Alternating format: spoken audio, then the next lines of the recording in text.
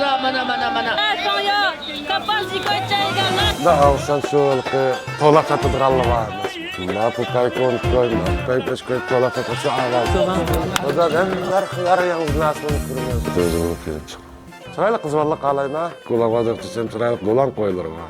Da küzümüzü çellik kaya, köp budun bizgi bir ılkıma resimsiz bir ilham kiyo. Ha köpçülük yaxşımsızlar. Men Mäkit Näşe Qumqsariysi Yuqur Xadlıq kenitten Diqqan Muqarip Ahat bolama. Mening ikki xil kesbim bor. Birisi olsa birincisi ya terima. İkincisi mushu Qumqsariyda dolan xoşangda resim sizime. Bizning ma yurt dehqonlar resim yurtda. Qalam qo'liq elib resim sizib, o'zining mushu yurtimizga bo'lgan minnatdorligini, mush dolan muqamchiligi bo'lgan minnatdorligini mush qalam orqali resim qilib sizib chiqara olgan jigimdan ashadi.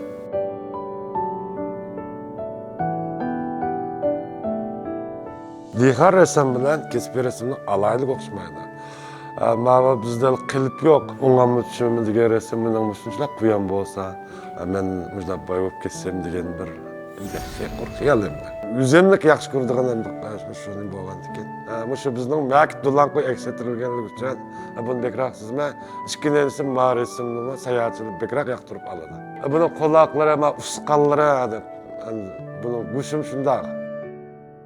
Rang aralashtirmaymiz. Qizli o'z qizilni beramiz, ko'k o'z ko'kni yuramiz. Qizli eshak, qizli qo'y, sariq eshak, oqqalla aydash qilib. Shu nungmin qoldi bu.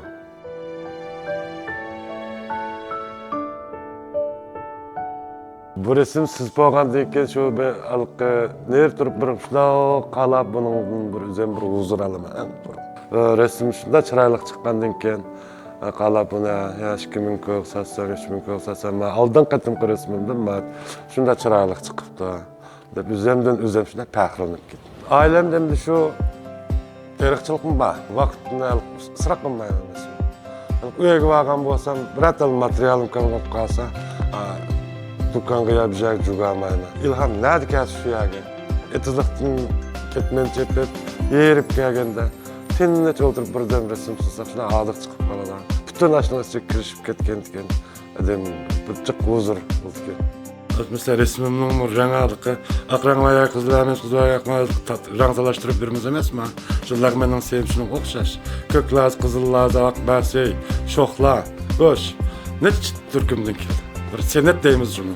Men bu ash etishni yaxshi ko'raman, resim chizishni yaxshi ko'raman, ish qilishni yaxshi ko'raman.